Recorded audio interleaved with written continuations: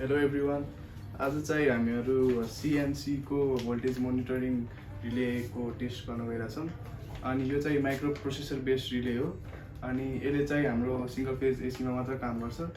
अनि अब यसले चाहिँ कसरी सेटिङ गर्ने अनि हामीले चाहिँ अहिले यसलाई आफ्नो एउटा भ्यालु दिएर सेट पनि गरेछौँ। अब तपाईहरुलाई हामी चाहिँ यो कसरी काम गर्छ चाहिँ अब देखाउँछौँ है त। अब सुरुमा हामीले यसमा चाहिँ VMR मा अहिले हामीले यसलाई भोल्टेजको यसो फ्लक्चुएट गराउनलाई चाहिँ एउटा यो सर्भो स्टेबलाइजरबाट एउटा डिमोड निकालेका छौँ। अनि त्यसपछि यसको लोडको अक्रसमा एउटा हामीले सानो एलइडी जोडेका छौँ।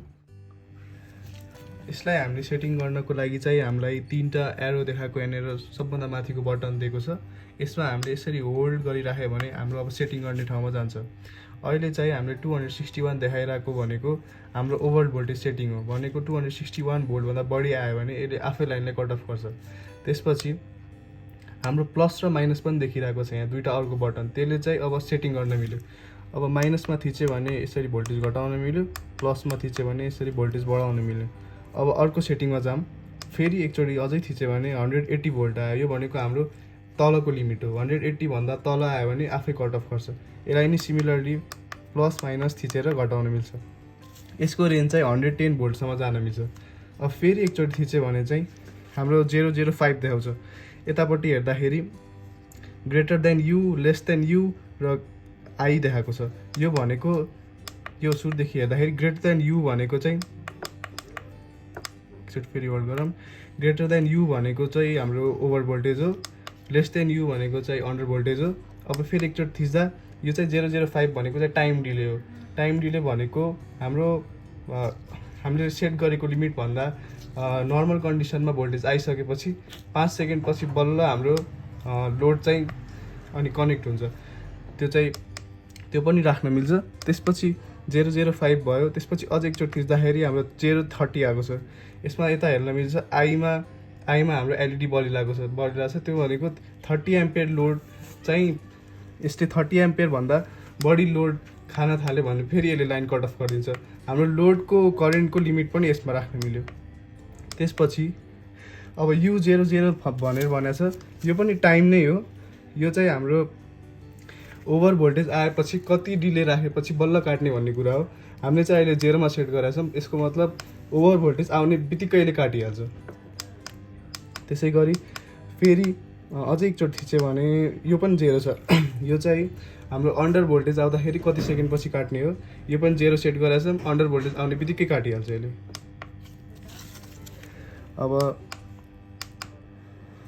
अहिले चाहिँ यो 90 देखाएको भनेको चाहिँ यसले यता लोड हाम्रो सोर्सबाट कति भोल्टेज आइरहेछ र कति करेन्ट आइरहेछ पनि देखाउँछ। अहिले हामीले सानो एलइडी बल्ब जोडेका छौँ। 90 भोल्ट आइरहेछ हाम्रो यहाँ सिस्टमबाट। 0 भन्नाले अहिले करेन्ट चाहिँ कति खाइरहेछ, एकदम कम खाइरह भएर यसमा डिस्प्ले गर्न सकेको छैन। यसको लिमिट हुन्छ आफ्नो करेन्ट कति डिस्प्ले गर्ने भनेर। त्यसैले यो चाहिँ अब एम्पियरमा भएको कारणले मिली एम्पियरमा खाएको हुनाले नदेखाएको हो।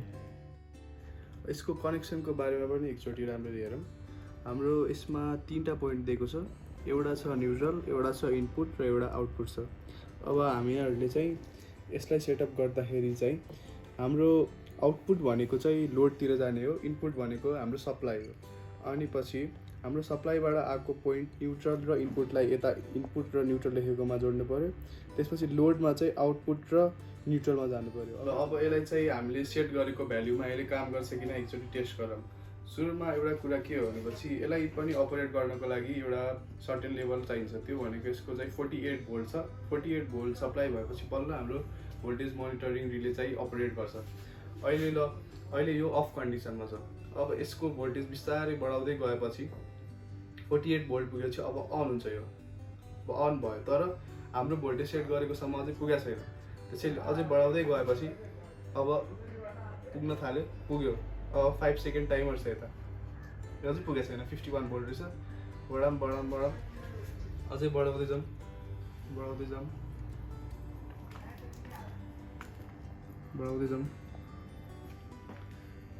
106 पुग्यो, 117, 130, 40, 50, 60, 70 ल पुगेपछि 5, 4, 3, 2, 1 अब बल्ल बत्ती बल्छ। अब अघिको कन्सेप्टहरू मजाले बुझियो होला। हामीले सेट गरेको भ्याल्यु थियो 180। 180लाई हामीले सुरुमा हाम्रो यो भिएमआर अफ कन्डिसनमा थियो। 48 भोल्ट आएपछि यसले काम गर्न सुरु गर्यो। त्यसपछि बढाउँदै जाँदा यसमा हामीले डिस्प्लेमा पनि हेर्न सकिरहेको थियौँ कि कति भोल्ट आइरहेछ भनेर। डिस्प्लेमा पनि हेरिरहेको थियौँ, तर हाम्रो लोड चाहिँ अन भएको थिएन। जब हामीले सेट गरेको भोल्टेजभन्दा बढी यहाँबाट भोल्टेज सप्लाई भयो, त्यसपछि बल्ल यसले 5 सेकेन्ड टाइमर चाहिँ क्यालकुलेट गर्छ। त्यसपछि बल्ल 5 सेकेन्ड पछि यसले हाम्रो बल्बलाई अन गर्यो। अब यहाँ हामीले डिस्प्लेमा पनि देखिरहेछौँ कि कति भोल्ट आइरहेछ, कति करेन्ट आइरहेछ। अब यसलाई पनि बिस्तारै बढाउँदै गयो र हामीले सेट गरेको भ्याल्युभन्दा माथि गयो भने फेरि यसले काटिदिन्छ र फेरि तल आउँदाखेरि फेरि 5 सेकेन्ड क्यालकुलेट गर्छ यसले। फेरि 5 सेकेन्ड क्यालकुलेट गरेपछि बल्ल अन गर्छ। अब यहाँको हाम्रो सिस्टममा चाहिँ ओभर भोल्टेजको चाहिँ देखाउन मिलेन, तर सेम यही तरिकाले हो काम गर्ने। अनि अब यसलाई सेटिङ गर्ने नि अघि भनेकै तरिकाहरूले हो। यसरी नै यो सिस्टम चाहिँ काम गर्छ।